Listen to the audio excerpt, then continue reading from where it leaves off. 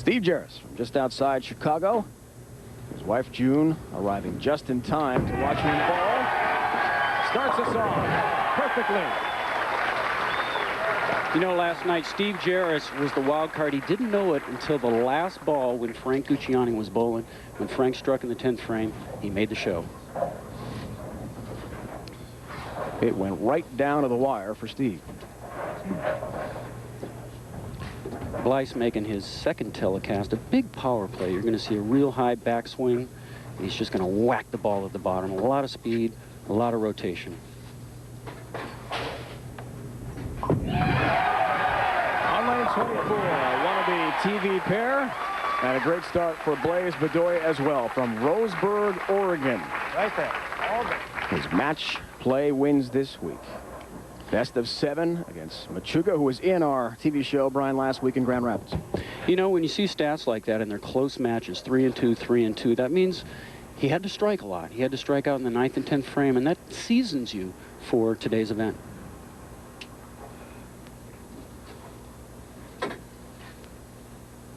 Been more than a year, as Brian mentioned, since Blaise Bedolla has been on TV. November 3rd of 2001. Career best, a third place finish in Erie, Pennsylvania. Hot start for Blaise Bedolla. What a great start for Blaise. Just a super high backswing at the bottom. He just whacks it. Tremendous rotation and a perfect way to start the match. 2 strikes. Steve Jaros, 13th year on tour, and he makes it as the wild card because our own Randy Peterson took care of him 3-zip in the round of 8. Slightly high, and a 4-pin does not get tripped out. 7-4, that's the best match play record amongst those 4. Baker, Wiseman, and Himmler, and as Brian mentioned, went right down to the last ball of the round of 8 match last night. Steve told me today he actually had some of his equipment packed up for the trip to Long Island.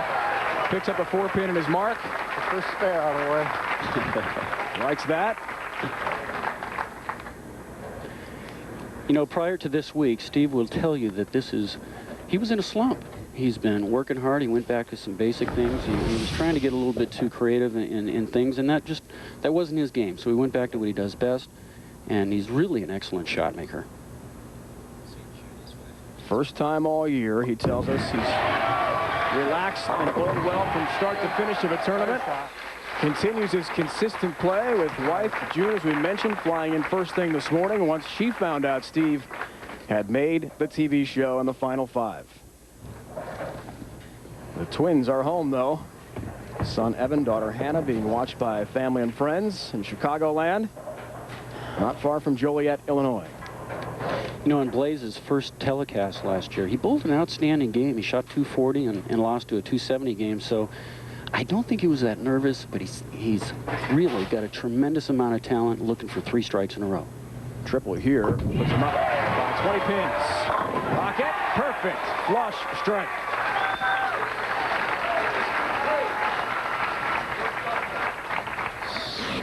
We're going to look at Blaise, look at those eyes.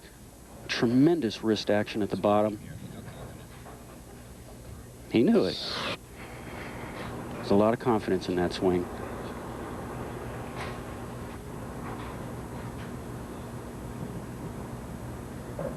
Starts with a triple. Looking now for a 4-bagger and a 30-pin lead. Doesn't look nervous. Gets a break, almost crossed over on the head pin, but takes them all down into the pin. Trips the 4. This ball's going to be a little high in the pocket. The 2-pin goes to the wall and snaps the 4 from behind. Oh, thank you, he says, thank you. That's the way you want to start. A quick 4-bagger. Back to Jaros. On lane 24, also in the pocket. Real pretty strike there. That's more like it. Come on. You'll see Steve with not as high as a backswing, but he's really one of the best shot makers out here, and he just showed it right there. This week, the average at 234.1 pins. Strike and spare conversion rate. The new numbers we're tracking for you. ESPN's presentation of the PBA Tour. Looking to cut his deficit to 10 pins with a strike here in the 5th. Triple. 10 pin. Lazy 10 pin. Didn't quite catch that.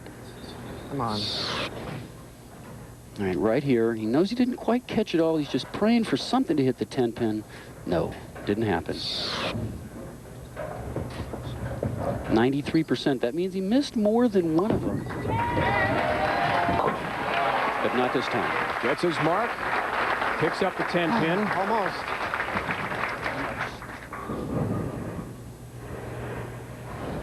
Blaise has become a workaholic. He really struggled the first few weeks out here, and every time you see when he misses those cuts, he's out on the lanes, he bowls for hours at a time. He's a student of the game, and he wants to be the best someday.